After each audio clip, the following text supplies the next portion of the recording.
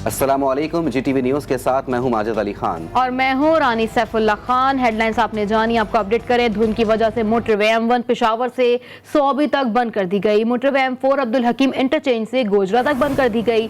M2 ठोकर न्याज bag से coat मोमिन तक, M3 मोटरवे जुड़ावाला से दरखाना इंटरचेंज तक ट्रैफिक को मुअत्तल कर दिया गया। धुंध की शिद्दत कम होते ही मोटरवे को ट्रैफिक के लिए खोल दिया जाएगा। मोटरवे पुलिस ने अवाम से दरखास्त की है कि वो धुंध के दौरान गैर जरूरी सफर करने से गुरेज करें। जी हाँ, बागों के शहर लाहौर में स्मोक का राज है। शहर में एयर क्वालिटी इंडेक्स 348 रिकॉर्ड किया गया। जहरीली धुंध के बायस शहरी मुश्किलात का सामना कर रहे हैं। मजीद तफसीलात जानते हैं अपने नुमाइंदे मियाँ शुएब अहमद से। जी मियाँ शुएब, बताइएगा, शदीद धुंध का राज है।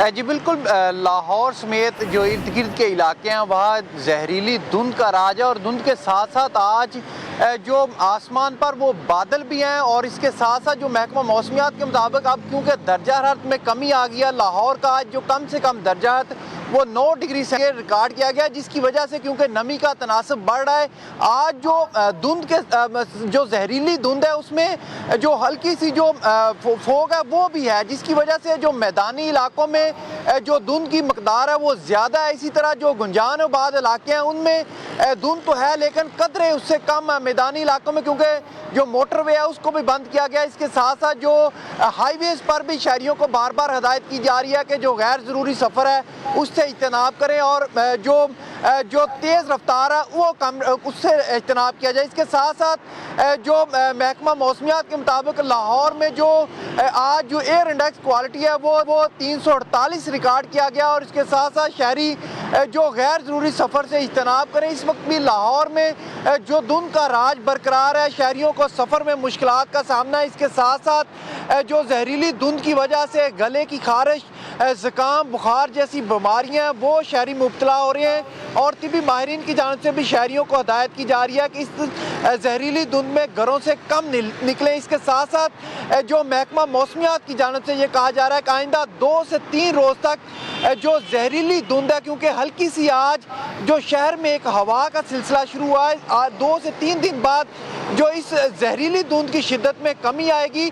इसके साथ साथ जो बारिश के भी इम्कान है, क्योंकि हल्की बारिश 2 से 3 रोज़ तक लाहौर में जो एक स्पेल है बारिश का दाखिल होगा, जिसके बाद इसकी जो मकदार है उसमें कमी आएगी। जी ठीक है शेब, आप हमें अपडेट कर रहे थे। महकमा मौसमियात ने तो अहकाम जारी कर दिए, शहरी उस पर अमल भी कर रहे हैं, लेकिन महकमा सेहत की जानिब से क्या कोई अहकाम जारी किए गए हैं?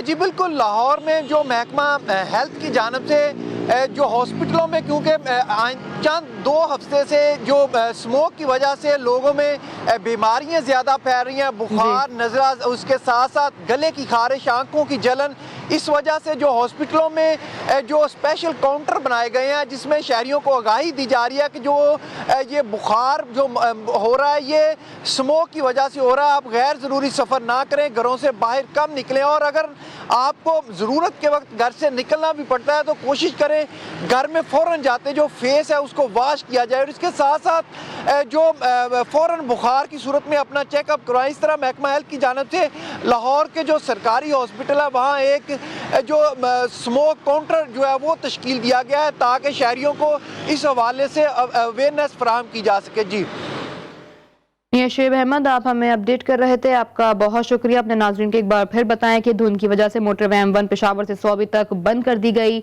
मोटरवे M4 अब्दुल हकीम इंटरचेंज से गोजरा तक बंद कर दी गई है। M2 ठोकर न्याज बेग से कोट मोमिन तक, और M3 मोटरवे पर जुड़ावाला से दरखाना इंटरचेंज तक ट्रैफिक को मुअत्तल कर दिया गया। धुंध की शिद्दत कम होते ही मोटरवे को ट्रैफिक के लिए खोल दिया जाएगा। जबकि मुल्तान डिवीजन में धुंध के बायस मुसाफिर बस ने ट्रक को टक्कर मार दी। हादसे में 20 मुसाफिर जख्मी हो गए। 16 जख्मियों को मौके पर ही तिब्बी इमदाद दी गई। शदीद जख्मी हालत में 4 मुसाफिरों को निश्तर अस्पताल मुल्तान मुंतकिल कर दिया गया, जबकि खानेवाल और अब्दुल हकीम सेक्शन तमाम ट्रैफिक के लिए बंद कर दिया गया है। तर्जुमान मोटरवे पुलिस के मुताबिक तमाम मुसाफिर मुतबादिल रास्ता इख्तियार करें।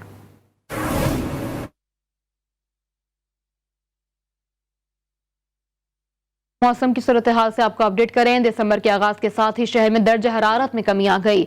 आज दिन भर सर्द और खुश्क हवाओं का राज रहेगा। गुज़िश्ता रात कम से कम दर्ज हरारत 16 डिग्री सेंटीग्रेड रिकॉर्ड किया गया। महकमा मौसमियात के मुताबिक रात के औकात में दर्ज हरारत मजीद कमी की मुतवक्के है। गुज़िश्ता बरस दिसंबर में कम से कम दर्ज हरारत 7 डिग्री सेंटीग्रेड रिकॉर्ड किया गया था। शहर का मौजूदा दर्ज हरारत 19 डिग्री सेंटीग्रेड और हवा में नमी का तनासुब 39% है। कराची में इस वक्त हवाएं 11 किलोमीटर फी घंटे की रफ्तार से चल रही हैं। महकमा मौसमियात के मुताबिक आज ज़्यादा से ज़्यादा दर्जे हरारत 31 से 33 डिग्री सेंटीग्रेड रिकॉर्ड किया गया है।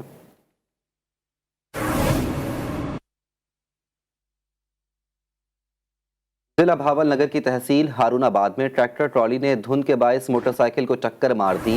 हादसे में मोटरसाइकिल पर सवार एक भाई जा बहक और दूसरा जख्मी हो गया। हादसे के बाद ट्रैक्टर ट्रॉली का ड्राइवर मौके से फरार हो गया। आपको अपडेट कर रहे हैं कि जिला भावल नगर की तहसील हारूनाबाद में ट्रैक्टर ट्रॉली ने धुंध के बायस मोटरसाइकिल को टक्कर मार दी। हादसे में मोटरसाइकिल पर सवार एक भाई जा बहक जबकि दूसरा जख्मी हो गया। हादसे के बाद ट्रैक्टर ट्रॉली का ड्राइवर मौके से फरार हो गया। पुलिस और रेस्क्यू रजाकारों ने लाश और जख्मी शख्स को अस्पताल मुंतकिल कर दिया।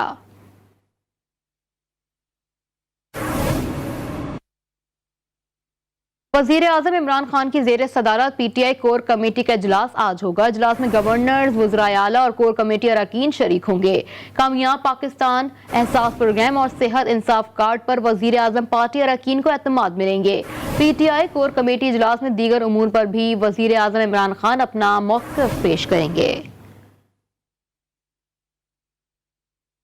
अब कुछ बात करेंगे सिंध काबीना इजलास की। वज़ीर आला सिंध सैयद मुराद अली शाह की ज़ेर सदारत सिंध काबीना का इजलास सुबह 10 बजे होगा। काबीना इजलास के एजेंडे में लोकल गवर्नमेंट एक्ट 2013 में तरमीम से मुताल्लिक होने वाले इजलास के लाड़काना शहर के मज़ाफ़ाती इलाकों को लाड़काना म्यूनसिपल कॉरपोरेशन की हदूद में शामिल करने, सिंध के मेडिकल कॉलेज में दाखिलों से मुतालिक पॉलिसी, स्पेशल एजुकेशन पॉलिसी की मंजूरी दी जाएगी। इजलास में प्रॉपर्टी टैक्स महकमा एक्साइज से लेकर महकमा बल्दियात की लोकल काउंसिल्स को देने पीपल्स बस सर्विस मंसूबे के तहत इजला की सतह पर कराची, लाड़काना, मीरपुर खास, शहीद बेनज़ीराबाद और सक्खर में शुरू करने पर गौर किया जाएगा।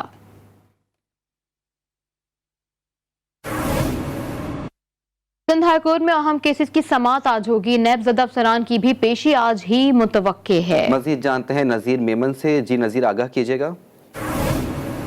तो सिंध हाईकोर्ट में आज जो है मुख्तलिफ अहम केसेस की समाअत जो है वो कुछ देर बाद शुरू होगी, जबकि आज जो है पुलिस अफसरान के खिलाफ जो गुमशुद लोगों का केस है वो भी आज जस्टिस नेमतुल्लाह फुलपोटो की अदालत में जेर समाअत है। जबकि नैबज़दा अफसरान के खिलाफ जो है आमदन से ज़ायदा साज़े बनाने का केस जो है वो भी कुछ देर बाद जो है जस्टिस नेमतुल्लाह फुलपोटो की अदालत में शुरू होंगे। जबकि जस्टिस जफर राजपूत की अदालत में जो कराची में गैर कानूनी तामीर आते हैं उस सिलसिले में भी आज जो है केस जो है समाअत के लिए मुकर्रर है। और सिंध बिल्डिंग कंट्रोल अथॉरिटी के जो मुतल्लिक़ अफसरान है उन्होंने कुछ रिपोर्ट भी जमा कराई है। जबकि कल भी जो है सिंध हाई कोर्ट ने मक्का टेस्ट के जो है गैर कानूनी तामीरात गिराने के मामले नैब ज़द अफसरान की भी पेशी आज ही मुतवक्के है। हमें अपडेट कर रहे थे नज़ीर मेमन, आपका बहुत शुक्रिया। कराची के इलाके गुलिस्तान जौहर में वकील इरफान महर के कत्ल का मुकदमा भाई की मुद्दत में दर्ज कर लिया गया। FIR में दहशतगर्दी की दफात भी शामिल की गई हैं। शार फैसल थाने में दर्ज मुकदमे में मकतूल के भाई ने अपने बयान में कहा कि इरफान महर को मोटरसाइकिल सवार 2 मुलजिमानों ने फायरिंग करके कत्ल किया। भाई बच्चों को स्कूल छोड़ने गया था। बच्चे छोड़ने के बाद घर की तरफ आते हुए इरफान महर को गोलियों का निशाना बनाया गया। इरफान महर की मैयत तदफीन के लिए शिकारपुर रवाना कर दी गई। रुक करेंगे कोयटा का, जहां सिविल अस्पताल में यंग डॉक्टर्स का धरना चौथे रोज भी जारी है। OPD और ऑपरेशन के बायकॉट के बायस मरीज रुल गए। यंग डॉक्टर्स ने मजीद सख्त फैसलों के लिए इस्लामाबाद और लाहौर से भी वफूद बुलवा लिए हैं। इसी पर बात करते हैं ब्यूरो चीफ कोयटा बुशरा कमर से। जी बुशरा, क्या अपडेट्स हैं? जी बिल्कुल, यंग डॉक्टर्स का एहतजाज जो है जारी। OPD से के बाइकाट को 2 माह 2 दिन, जबकि ऑपरेशन थिएटर के बाइकाट को 4 रोज हो चुके हैं और दूर दराज से आने वाले जो मरीज हैं उन्हें शदीद मुश्किलात का सामना करना पड़ रहा है। डॉक्टर्स का कहना है कि जब तक उनके साथी जो हैं वो रिहा नहीं कर दिए जाते, उनके खिलाफ मुकदमा जो है वापस नहीं ले लिए जाते, तब तक वह एहतजाज में शिद्दत तो खत्म नहीं करेंगे, लेकिन अपने दीगर मुतालबात तक जो है वो अपने बाइकाट को भी खत्म नहीं करेंगे। आज जो है वो सख्त लाएअमल का भी ऐलान किया जाना है, जिसमें इमरजेंसी सर्विसेज बंद करने के साथ साथ साथ जो है वो सीएम हाउस का घेराव भी शामिल है। डॉक्टर का कहना है कि अगर हुकूमत अब भी अपनी हथधर्मी से बाज ना आई और उनके साथ मुज़ाकरात ना किए तो वो जो है सख्त से सख्त एहतजाज करेंगे, जिसके बायस जो है लोगों को काफी परेशानी का सामना है। लोग इमरजेंसी का रुख कर रहे हैं और वहाँ पर चाहे नज़ला, जुकाम और बुखार के ही मरीज क्यों ना हो, बड़ी तादाद में इमरजेंसी जा रहे हैं। ऐसी सूरत में अगर कोई भी इमरजेंसी की सूरत हाल शहर में पैदा होती है तो वहाँ पर इमरजेंसी को डील करना। कोयटा के सिविल अस्पताल में यंग डॉक्टर्स का धरना चौथे रोज भी जारी है। बुशरा कमर, आप हमें अपडेट कर रही थी, आपका बहुत शुक्रिया। अब कुछ बात करेंगे ओमिक्रॉन वायरस की। दुनिया में खौफ फैलाने वाला ओमिक्रॉन वायरस सऊदी अरब पहुंच गया। शिमाली अफ्रीका मुल्क से रियाज पहुंचने वाले शख्स में वायरस की तस्दीक हुई। सऊदी अरब ने पाकिस्तान समेत 6 ममालिक की बराह रास्त परवाज़ों पर आयद पाबंदी खत्म कर दी है।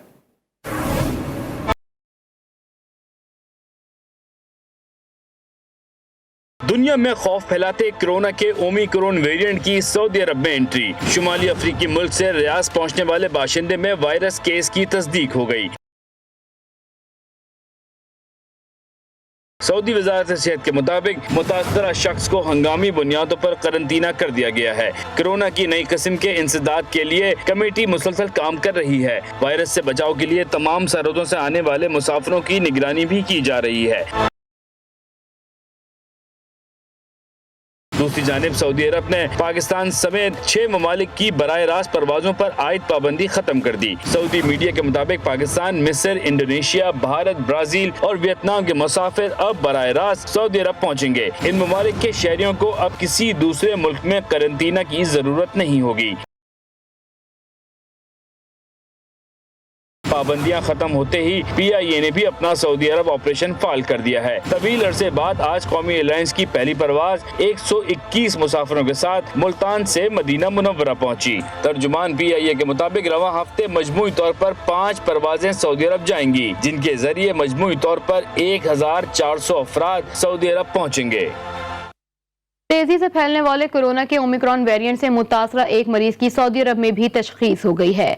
सरकारी खबर रसा इदारे के मुताबिक बुध 1 दिसंबर को कोरोना वायरस से मुतासरा शख्स में नए वेरिएंट की शनाख्त का ये पहला वाकया है। मुतासरा शख्स एक सऊदी शहरी है जो एक शुमाली अफ्रीकी मुल्क से सऊदी अरब पहुंचा था। याद रहे कि सख्त सफरी पाबंदियों के बाद सऊदी अरब ने हाल ही में 6 मुख्तलिफ ममालिक से मुसाफिरों की बराह रास्त सऊदी अरब आने पर लगी पाबंदी का खात्मा किया था। दुनिया में दहशत फैलाते कोरोना के ओमिक्रॉन वेरिएंट को कैसे रोका जाए। NCOC ने वायरस का फैलाव रोकने के लिए बड़े फैसले कर डाले। कम वैक्सीनेशन शुदा शहरों में रात 10 बजे कारोबारी बंदिश का ऐलान कर दिया गया। अलामिया के मुताबिक हफ्ते में 1 दिन छुट्टी होगी, ताहम दिन सूबाई हुकूमतें खुद मुकर्रर करेंगी। बेहतरीन वैक्सीनेशन वाले शहरों में इंडोर तकरीबात में 500 अफराद और आउटडोर तकरीबात में 1000 अफराद को शिरकत की इजाज़त दी गई। दोनों तकरीबात रात 12 बजे तक ही मुनक्किद की जा सकेंगी। पाकिस्तान रेलवे को 80% वैक्सीनेटेड मुसाफिरों के साथ ट्रेनें चलाने की इजाज़त दी गई।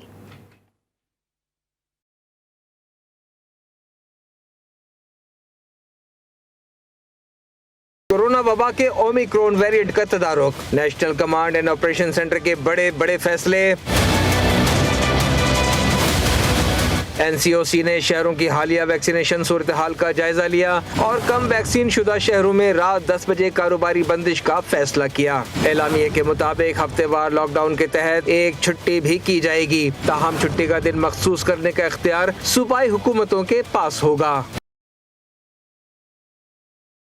एलामिया के मुताबिक बेहतरीन वैक्सीनेशन वाले शहरों में इंडोर तकरीबात में 500 अफराद की इजाजत होगी, जबकि आउटडोर तकरीबात में 1000 अफराद शरीक हो सकेंगे। इंडोर तकरीबात के लिए 70% गुंजाइश के साथ इजाजत दी गई। इंडोर और आउटडोर तकरीबात रात 12 बजे तक जारी रह सकेंगी। शादी ब्याह और दीगर तकरीबात समेत मज़ारात, सिनेमा और जिम्स के लिए मुकम्मल वैक्सीनेशन लाजमी करार दे दी गई। NCOC ने 100% मुसाफिरों के साथ पब्लिक ट्रांसपोर्ट की इजाज़त दी, ताहम पाकिस्तान रेलवे को 80% वैक्सीनेटेड मुसाफिरों के साथ ट्रेनें चलाने की इजाज़त मिल सकी। NCOC ने कोरोना के फैलाव के पेश नज़र पाबंदियाँ मजीद सख्त करने का इंदिया भी दे दिया है। मुल्क भर में कोरोना के केसेस में एक बार फिर कमी। 24 घंटे में कोरोना के मजबूत केसेस की शरह 0.8% रिकॉर्ड की गई। एक रोज में कोरोना वायरस ने 8 मरीजों की जान ले ली।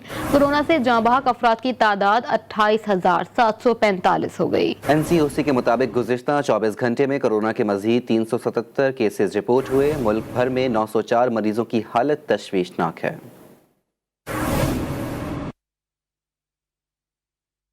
सऊदी अरब ने मंजूर शुदा वैक्सीन की दोनों खुराकें लेने वाले ज़ायरीन को करंतना की शर्त से मुस्तस्ना करार दे दिया। सऊदी वजारत हज व उम्रा ने ऐलान किया कि मुकम्मल डोज लेने वाले ज़ायरीन अब बराह रास्त मक्का मुकर्रमा पहुँचकर उम्रे की अदायगी कर सकेंगे। सऊदी वजारत हज व उम्रा के ऐलान के मुताबिक उम्रा ज़ायरीन की वीज़ा की मुद्दत को भी 30 दिनों तक बढ़ा दिया गया है। 18 साल से ज़ायद उम्र के तमाम गैर मुल्की उम्रा ज़ायरीन को शराइत और ज़वाबित के मुताबिक उम्रा वीज़ा जारी किए जाएंगे।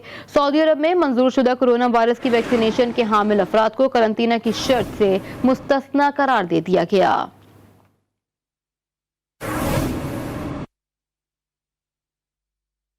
इस्लामाबाद के तालीमी इदारे म्यूनिसिपल कॉरपोरेशन के मातहत करने के मामले पर जॉइंट एक्शन कमेटी के तहत तमाम स्कूलों में हड़ताल और बायकॉट तीसरे रोज भी जारी है। मुतालबात मंजूर न होने पर असातिज़ा ने वज़ीर आज़म हाउस के सामने एहतजाज के ऐलान कर रखा है। इस वक्त हमारी नुमाइंदा आफ्ताब जहां असातिज़ा के साथ मौजूद हैं, उनसे जानते हैं। आफ्ताब, बताइएगा सरकारी स्कूल के मुलाजमीन का क्या कहना है, उनके मुतालबात है क्या? जी बिल्कुल, ये मामला है हुकूमती ऑर्डिनेंस के तहत जो तमाम सरकारी तालीमी इदारे हैं उनको म्यूनिसिपल कॉरपोरेशन के अंदर करने का ये जो है ये मामला है, जिसके बरअक्स जो तमाम सरकारी तालीमी इदारों के असातिज़ा और मुलाजमीन हैं वो पिछले 3 रोज़ से सरापा एहतजाज है। क्लासेस से बाइकआउट किया हुआ है, हड़ताल किया हुआ है। क्लासेस भी यहाँ पे नहीं हो रही है, ना सरकारी कोई बसेस जो है स्कूल के वो चल रहे हैं। मुकम्मल तौर पर यहाँ पे क्लासेस से जो है इन्होंने हड़ताल कर रखा है। तीसरा रोज़ है और आज ये एहतजाजन जो है प्रेस क्लब के बाहर पुरअमन एहतजाज करेंगे, जहाँ से रैली की शक्ल में फिर प्रेस क्लब से जो वज़ीर आज़म हाउस है वहाँ तक एक रैली जो है निकलेगी। इनका यही कहना है कि जो ऑर्डिनेंस है वो तालीम दुश्मन ऑर्डिनेंस है, तो हुकूमत को चाहिए कि वो ऑर्डिनेंस जो है वो वापस ले ले। मेरे साथ यहाँ पर असातिज़ा भी मौजूद है, मज़ीद हम इनसे भी बात करेंगे। सर बताइएगा क्या मुतालिबात है आप लोगों के? हमारा सबसे पहले जो मुतालबा है कि वो सदारती ऑर्डिनेंस में जो शिक नंबर 166 है, जिससे फेडरल डायरेक्टरेट ऑफ एजुकेशन का स्टेटस चेंज किया गया है, तमाम असातिज़ा उनका स्टेटस और जॉब स्ट्रक्चर जो है उसको चेंज किया गया है। हमारा मुतालबा है कि सबसे पहले इसको वापस लिया जाए और इसके साथ ही हमें इस बात के खदशात है कि MCI के अंडर जाने के बाद MCI खुद मसाइल का शिकार है। ठीक है, जैसे वो सैनिटेशन जो डिपार्टमेंट है उनको तनख्वाहें नहीं दे पाती, वो हर दूसरे तीसरे महीने जो है वो एहतजाज कर रहे होते हैं। इतने बड़े सेटअप जो तकरीबन 16,000 से ऊपर मुलाजमीन है टीचिंग और नॉन टीचिंग, उनके अखराजात किस तरह जनरेट करेंगे।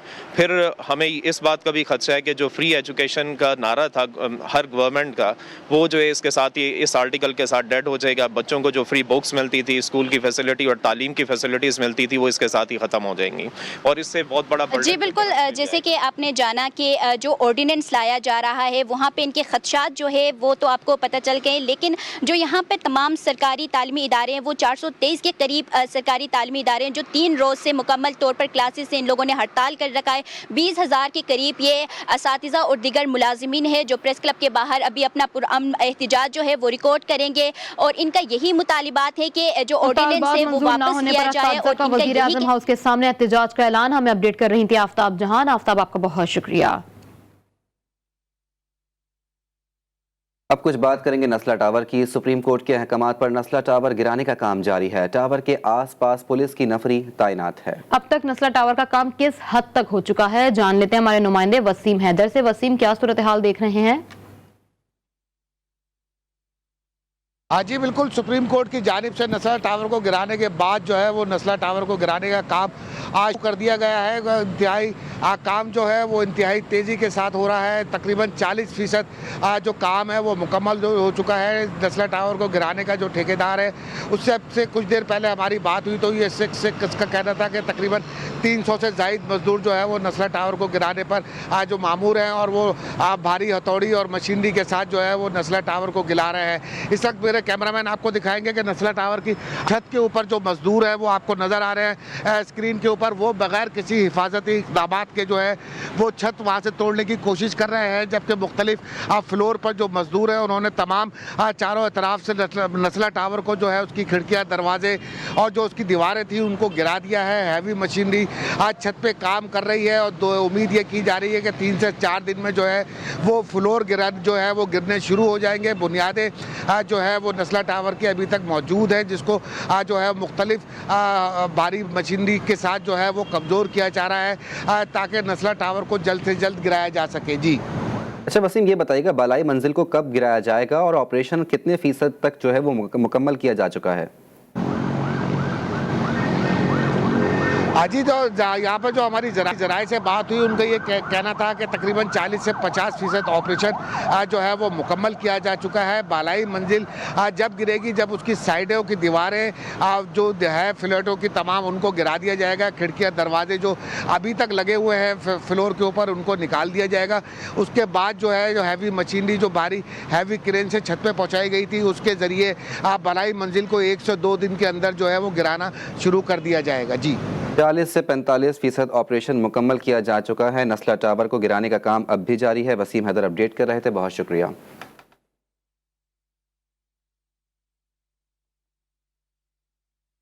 दिन भर में बल्दियाती इदारों के अमले की हड़ताल का आज चौथा दिन है। सक्खा डिवीजन के मुख्तलिफ अजला में गंदगी के ढेर लग गए, कचरे से ताफुन पैदा होने लगा है। जी हाँ, आपको बताते चलें कि आज चौथा रोज़ है और सिंध भर में बल्दियाती इदारों के अमले की हड़ताल का आज चौथा दिन है। सक्खा डिवीजन के मुख्तलिफ अजला में गंदगी के ढेर लग गए हैं, कचरे से ताफुन पैदा होने लगा। जानते हैं KB शेख से। जी KB, शहरों को इस वक्त क्या सूरत हाल दरपेश है?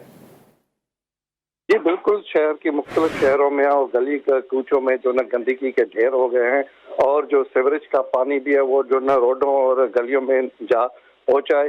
अब ये मजीद जो न म्युनिसिपल के अमले की यही कहना है कि जो तनख्वाहों की जो न ऑनलाइन न करने की वजह से हम जो न एहतजाजी मुजाहरा कर रहे हैं और घंटा घर में जो न बड़ी तादाद में जो न कचरे के ढेर हो गए हैं।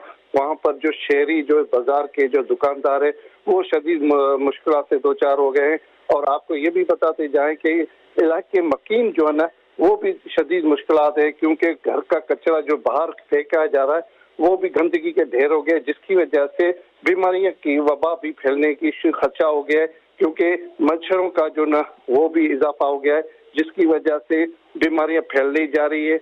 और आपको ये भी बताते जाएं कि शहरी इतने 4 दिन हो गए इनको एहतजाज करने में कोई मसला हल नहीं किया जा रहा है। हुकूमत का यही कहना है कि हम इनके जल्द हल करके और इनका मसाइल हल किया जाएंगे, मगर मुश्किल मुलाजमीन का यही कहना है जब तक हमें बिल्कुल ऑनलाइन तनख्वाह न मिलेगी। सक्खा डिवीजन के मुख्तलिफ अजला में गंदगी के ढेर लग गए। KB शेख हमें अपडेट कर रहे थे, आपका बहुत शुक्रिया।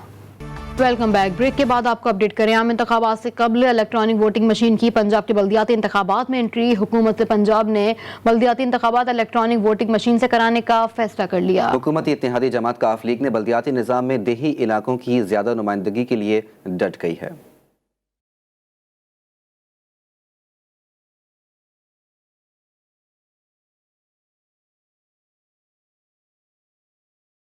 तहरीक इंसाफ ने इंतखाबात में इलेक्ट्रॉनिक वोटिंग मशीन के इस्तेमाल की ठान ली। पंजाब के बल्दियाती इंतखाबात इलेक्ट्रॉनिक वोटिंग मशीन पर कराने का फैसला कर लिया। जराये के मुताबिक पंजाब में इलेक्ट्रॉनिक वोटिंग मशीनों पर इंतखाब को लोकल बॉडीज एक्ट में शामिल किया जाएगा। वजीर आला सरदार उस्मान बुज़दार ने लोकल बॉडीज एक्ट में EVM पर इंतखाब की शिक को शामिल करने की मंजूरी दे दी। वफाकी हुकूमत कानून बना चुकी, जिसके बाद पंजाब हुकूमत भी EVM को लोकल बॉडीज एक्ट का हिस्सा बनाएगी।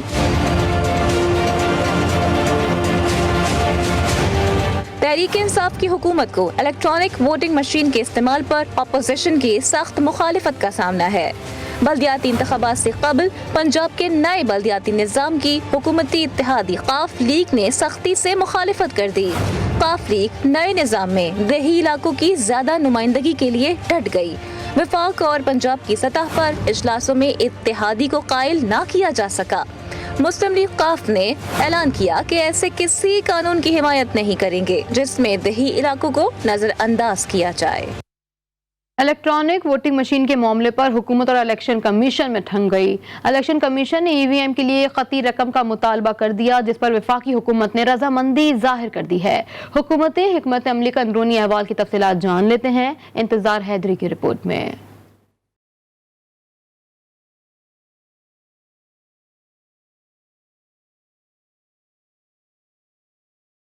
ईवीएम आई वोटिंग मामले पर इलेक्शन कमीशन के बाद हुकूमत की भी आला सतही कमेटी तश्कील दे दी गई। वफाकी वजीर शिबली फराज की जेर सदारत कायम करदा कमेटी का सेक्रेटेरिएट वजारत पार्लिमानी अमूर में कायम कर दिया गया। जराये के मुताबिक इलेक्शन कमीशन की जानिब से ईवीएम मशीन आई वोटिंग डेटा सेंटर के कयाम की मद में खती रकम की डिमांड की गई है। हुकूमत भी इलेक्शन कमीशन को मशरूत फंड्स देने पर आमादा है कि अगर इलेक्शन कमीशन ने नए कानून के तहत इंतखाबात कराए तो वफाकी हुकूमत फंड्स जारी करेगी। वफाकी काबीना की जानिब से ये भी हिदायत की गई है कि वजारत खारजा और एम्बेसीज आई वोटिंग के हवाले से जामे और भरपूर आगाही मुहिम चलाएंगी, जबकि ईवीएम के लिए इलेक्शन कमीशन और वजारत इत्तलात और नशरियात आगाही मुहिम का प्लान मुरतब करें। जराये के मुताबिक ईवीएम और आई वोटिंग की मुखालफत करने वालों को माफिया से तशबीह देते हुए वजारत इत्तलात में माफिया के प्रोपेगेंडा की रोकथाम के लिए खुसूसी सोशल मीडिया सेल कायम करने की सिफारिश भी शामिल है। इंतजार हैदरी, GTV न्यूज, इस्लामाबाद।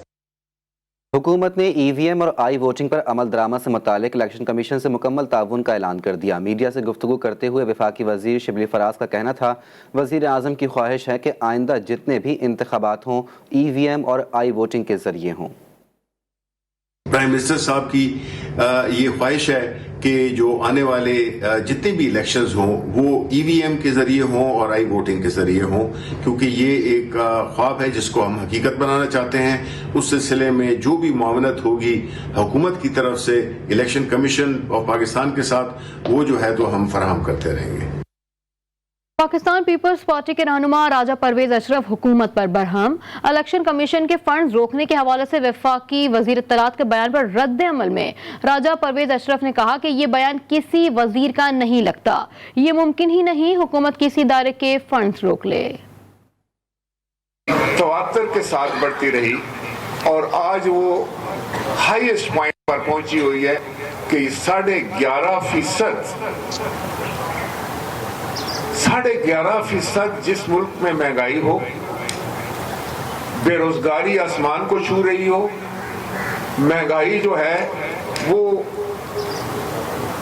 हर एक के इख्तियार से बाहर हो, तो वहाँ क्या हालात होंगे कि आप अपने इदारों के फंड रोक दें जिनका काम ही इलेक्शन कराना है। इलेक्शन कराना हुकूमत का काम नहीं है, इलेक्शन कराना इलेक्शन कमीशन का काम है।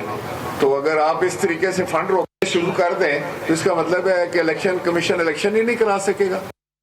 तो दूसरी जानिब वफाकी वज़ीर दाखिला शेख रशीद ने कहा है कि आम इंतखाबात में 80% हलकों का फैसला ओवरसीज़ पाकिस्तानियों के वोटों से होगा और अपोजिशन आइंदा इलेक्शन में भी शिकस्त के बाद धांधली का शोर मचाएगी।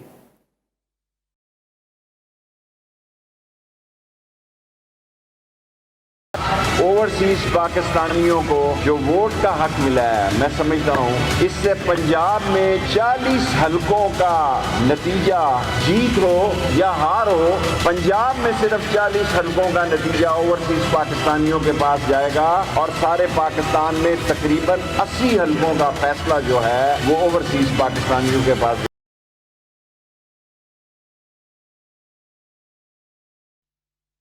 आम खबर से आपको आगाह करें, पाक फौज की आलमी अमन के लिए एक और कुर्बानी। यूएन मिशन में खिदमत की अंजाम दही के दौरान हवलदार Mohammad Shafiq Central African Republic में खिदमत की अंजाम दही के दौरान शहीद हो गया। ISPR के मुताबिक हवलदार शफीक की नमाज जनाजा उनके आबाई गांव मियाँ चन्नू में अदा कर दी गई। शहीद हवलदार शफीक को पूरे फौजी एजाज के साथ सुपुर्द खाक किया गया।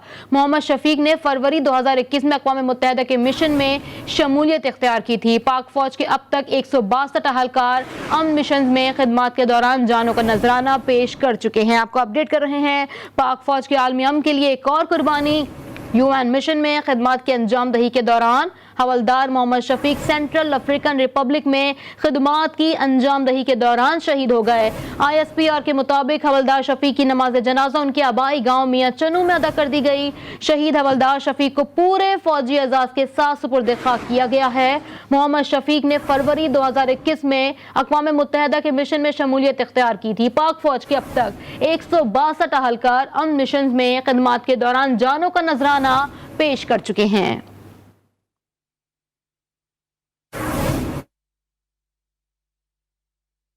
एक बार फिर बात करेंगे EVM मशीन की। पीपल्स पार्टी पंजाब के पार्लिमानी लीडर हसन मुर्तज़ा ने EVM को बल्दियाती इंतखाबात में इस्तेमाल करने के हुकूमती प्लान को यकसर मुस्तरद कर दिया।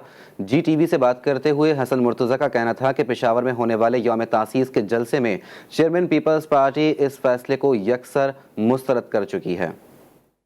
पाकिस्तान पीपल्स पार्टी का EVM पे बड़ा वाज़िया मौक़िफ़ है और ये कल यौम तासीस के जलसे में भी चेयरमैन बिलावल भुट्टो ने भी उसको मुस्तरद किया है। पाकिस्तान पीपल्स पार्टी EVM को यकसर मुस्तरद करती है।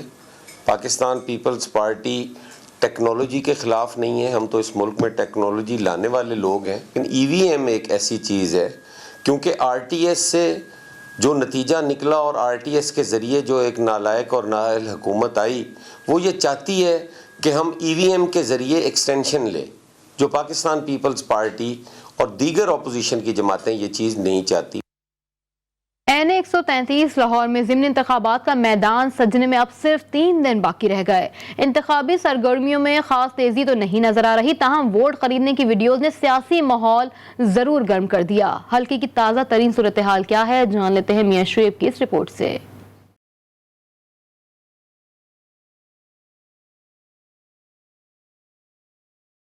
लाहौर के हल्का NA 133 में हुकूमती उम्मीदवार जमशेद इकबाल चीमा के मैदान से बाहर होने के बाइस पाकिस्तान मुस्लिम लीग नून और पाकिस्तान पीपल्स पार्टी के दरमियान कांटे का मुकाबला मुतवक्का है। इलेक्शन कमीशन के मुताबिक हल्के में वोटर्स की मजमूई तादाद 4,40,485 है, जिनमें खवातीन वोटर्स की तादाद 2,06,927 जबकि मर्द वोटर्स की तादाद 2,33,558 है। इसी तरह कुल 254 पोलिंग स्टेशन कायम किए जाएंगे, जिनमें 100 खवातीन और 100 मर्दों के लिए होंगे, जबकि 54 मुश्तरका पोलिंग स्टेशन भी बनाने का फैसला किया गया, जिनकी सिक्योरिटी के लिए पुलिस के साथ रेंजर्स के जवान भी तैनात होंगे। दूसरी जानिब सोशल मीडिया पर वायरल हुई वोट खरीदारी की वीडियोस ने माहौल को गर्म कर रखा है।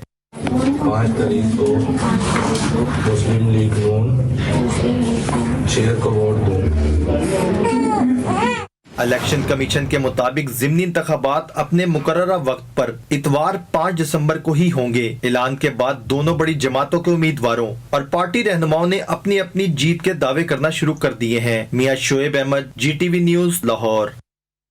खानेवाल में सियासी शख्सियात इंतखाबी दंगल से पहले ही सियासत चमकाने लगी। पंजाब असम्बली के हल्का PP 206 में तरक्याती काम न होने की वजह से मुख्तलिफ इलाकों में सड़कें और सेवरेज 2 वोट लो के बैनर्स आवेजा कर दिए गए। रिपोर्ट करेंगे सईद भट्टी।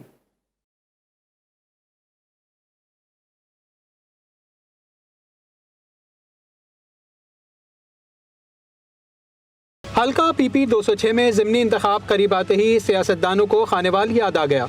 शहर भर नाकारा सीवरेज का बोसीदा निज़ाम और टूटी फूटी सड़कों के बायस शहरियों को शदीद मुश्किलात का सामना करना पड़ रहा है। खानेवाल में शहरियों ने ज़िमनी इलेक्शन में हल्के में वोट मांगने वाले उम्मीदवारों को आईना दिखा दिया। शहरियों ने पुख्ता सड़क और सेवरेज 2 वोट लो के बैनर्स आवेजा कर दिए। शहरी हल्के में इंतखाबी मुहिम के लिए आने वाले मुख्तलिफ सियासी जमातों के रहनुमाओं से सवाल करते दिखाई दे रहे हैं। अज इन्ने साल हो गए कहते ने जी हुण कह के जनाब चले जाते हैं, उस तो बाद सानू पुछदे भी ना कोई सेवरेज का इधर कोई निज़ाम है, ना कोई सड़क का इस साइड पे निज़ाम। हम बहुत परेशान है इस साइड, हमें ये 2 चीज़ें दे दो, हमारी परेशानी दूर हो जाए। बस इलेक्शन आ जाते हैं कि असी ये करा देंगे असी ये करा देंगे, उस तो बाद आंदे कोई नहीं। PP 206 की नशिस्त निशात अहमद खान ढा के इंतकाल के बायस खाली हुई थी। हल्के में इंतखाबी दंगल 16 दिसंबर को होगा। कैमरा टीम के साथ सईद भट्टी, GTV न्यूज़, खानेवाल। और अब कुछ बात ECC इजलास की। पेट्रोलियम डीलर्स एसोसिएशन ने बिल आखिर अपने मुतालबात मनवा लिए। इक्तिसादी राबता कमेटी ने पेट्रोलियम डीलर्स मार्जिन में इजाफे की मंजूरी दे दी।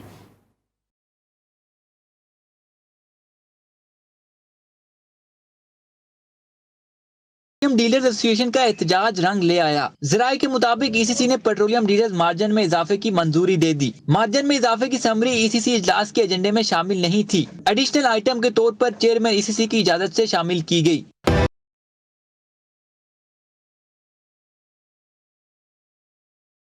पेट्रोलियम डीलर्स और ऑयल मार्केटिंग कंपनीज के मार्जिन में इजाफे की हतमी मंजूरी वफाकी काबीना देगी। पेट्रोल पर ओएमसी मार्जिन ₹2.97 से बढ़कर ₹3.68 और हाई स्पीड डीजल पर ओएमसी मार्जिन ₹2.97 से बढ़कर ₹3.68 हो जाएगा। पेट्रोल पर डीलर मार्जिन ₹3.91 से बढ़कर ₹4.90 हो जाएगा। हाई स्पीड डीजल पर डीलर मार्जिन ₹3.30 से बढ़कर ₹4.13 फी लीटर हो जाएगा। इजलास में 9 नुकाती एजेंडा जेर गौर लाया गया। गंदम खरीदारी की समरी पर फैसले का इख्तियार उमर अयूब को दे दिया गया। एहसास इमरजेंसी प्रोग्राम में मुस्तैकीन की शमूलियत मंजूर कर ली गई। रेलवे मुलाजमीन के वाजबात और ग्रांट जारी करने की समरी समेत यूटिलिटी स्टोर्स में 5 एशिया पर सब्सिडी 31 दिसंबर तक जारी रखने का फैसला मुअख्खर कर दिया गया। Saleh Abbasi, GTV news, Islamabad.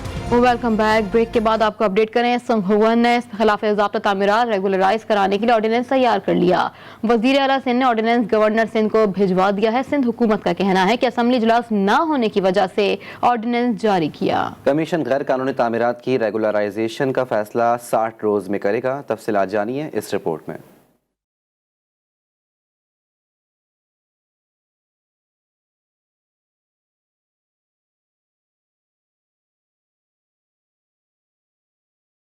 सिंध हुकूमत ने खिलाफ ज़ाब्ता तामीरात रेगुलराइज करने के लिए ऑर्डिनेंस तैयार कर लिया। वज़ीर आला सिंध मुराद अली शाह ने ऑर्डिनेंस गवर्नर सिंध को भिजवा दिया। सिंध हुकूमत ने मौक़िफ़ अपनाया है कि असेंबली सेशन में न होने की वजह से ऑर्डिनेंस जारी किया। ऑर्डिनेंस में रिटायर्ड जज की सरबराही में कमीशन बनाने का फैसला किया गया है। सिंध हुकूमत के ऑर्डिनेंस मुसव्वदे के मुताबिक मुशीर कानून, सेक्रेटरी बल्दियात और टाउन प्लानिंग और चेयरमैन आबाद कमीशन के मेंबर्स होंगे। कमीशन जिम्मेदारों के खिलाफ कार्रवाई का हुक्म देगा। कमीशन की सिफारिश पर गैर कानूनी तामीरात में मुलव्विस अफसरान के खिलाफ कार्रवाई की जा सकेगी। ऑर्डिनेंस मुसव्वदे के मुताबिक कमीशन को बिल्डर्स पर जुर्माने का इख्तियार होगा। कमीशन रेगुलराइजेशन के लिए किसी फर्म या कंपनी की खिदमत भी हासिल कर सकेगा। कमीशन की मुद्दत 1 बरस होगी। कमीशन गैर कानूनी तामीरात को रेगुलराइजेशन के लिए दरख्वास्तें भी वसूल करेगा। सिंध हुकूमत ऑर्डिनेंस में है कि वज़ीर आला 15 रोज में मेंबरान का तकर्रुर करने का पाबंद होगा। कमीशन किसी भी सूबाई महकमे के अफसर का रिकॉर्ड तलब कर सकता है। कमीशन को अदालती इख्तियारात भी हासिल होंगे। कमीशन की माली मुआवनत सूबाई हुकूमत करेगी। कमीशन गैर कानूनी तामीरात की रेगुलराइजेशन का फैसला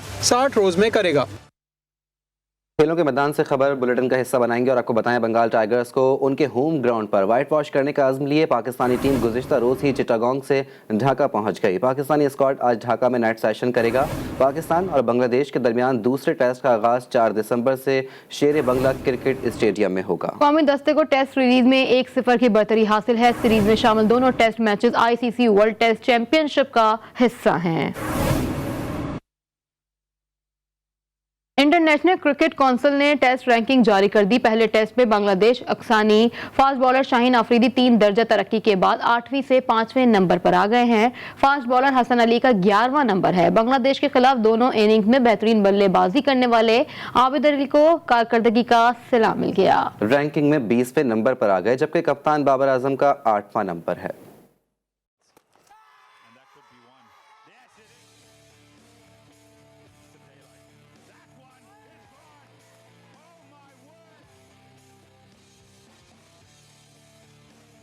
इंटरनेशनल क्रिकेट काउंसिल की जानिब से जारी करदा रैंकिंग के मुताबिक बल्लेबाजों में इंग्लैंड के जो रूट पहले नंबर पर हैं, जबकि दूसरी और तीसरी पोजीशन पर ऑस्ट्रेलिया के खिलाड़ी बराजमान हैं। कौमी क्रिकेट टीम के कप्तान बाबर आजम की 1 दर्जा तनज़्ज़ुली हुई है और वो 8वीं पोजीशन पर आ गए हैं। बॉलर्स रैंकिंग में पहली पोजीशन पर ऑस्ट्रेलिया और दूसरी पोजीशन पर भारत का कब्जा है। बांग्लादेश के खिलाफ पहले टेस्ट में अपनी बॉलिंग से हरीफ के पैर उखाड़ने वाले शाहीन शाह अफरीदी 3 दर्जे तरक्की के बाद 8वीं से 5वें नंबर पर आ गए हैं।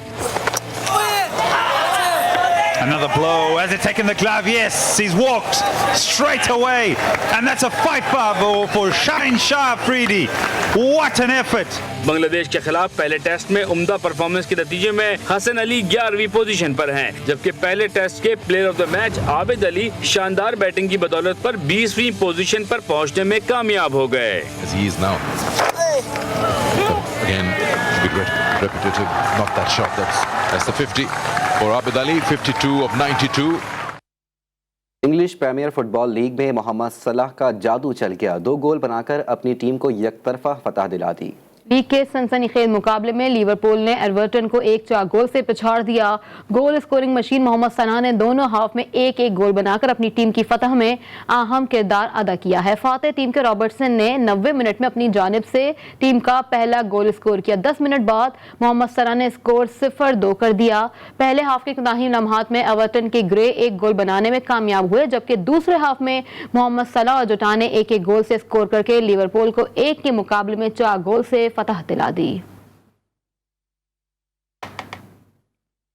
दुनिया के सस्ते तरीन शहरों की फहरिस्त जारी कर दी गई। बरतानवी जरीदे द इकोनॉमिस्ट ने नई फहरिस्त जारी कर दी।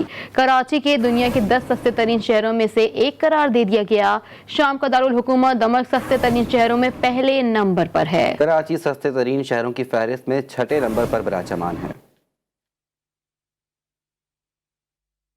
ईरान और अफगानिस्तान की सरहद पर शदीद झड़पों के दौरान ईरानी सरहदी गार्ड्स के मुतादिद अहलकार और 3 तालिबान कमांडर जाँ बहक हो गए हैं। गैर मुल्की मीडिया के मुताबिक अफगानिस्तान की तालिबान फोर्सेस और ईरानी सरहदी गार्ड्स के दरमियान झड़पें हुई हैं। ये झड़पें मगरबी अफगानिस्तान के सूबे नमरोज के सरहदी जिला किंग में हुई। लड़ाई के दौरान तालिबान की जानिब से हल्के हथियारों के अलावा भारी असलहा भी इस्तेमाल किया गया।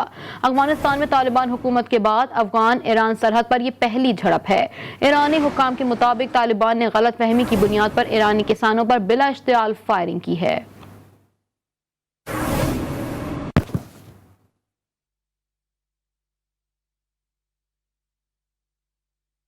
पाकिस्तान समेत दुनिया भर में गुलामों की तिजारत की याद और जालिमाना रवायत के खात्मे का दिन आज मनाया जा रहा है।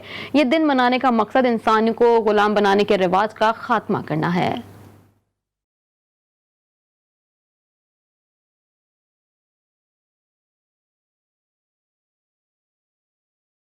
खात्मे का आलमी दिन आज मनाया जा रहा है। इस दिन की मुनासबत से आगाही वॉक्स, सेमिनार और तकरीबात मुनक्किद की जाती हैं। इसका मकसद इंसानी स्मगलिंग, बच्चियों की जबरी शादी, चाइल्ड लेबर की बदतरीन शक्लें और जिनसी इस्तेसाल जैसे संगीन जराइम का खात्मा है। सन 1791 में सेंटो डोमिंगो में गुलामों की तिजारत के खात्मे का आगाज हुआ, जो आजकल डोमिनियन रिपब्लिक और हेटी कहलाता है। इसकी याद में हर साल 2 दिसंबर को गुलामों की तिजारत के खात्मे का आलमी दिन मनाया जाने लगा। अक़वाम मुत्तहिदा के ज़ेली इदारे यूनेस्को के डायरेक्टर जनरल ने तमाम रुकन ममालिक को हर साल तकरीब के इनकाद की हिदायत की है, जिसमें हर रुकन मुल्क के तमाम अफराद की शिरकत काबिल तारीफ करार दी गई। अक़वाम मुत्तहिदा खास तौर पर नौजवान नस्ल, मौलमीन, अदाकारों और दानिशवरों को शऊर उजागर करने की मुहिम में शरीक करना चाहता है।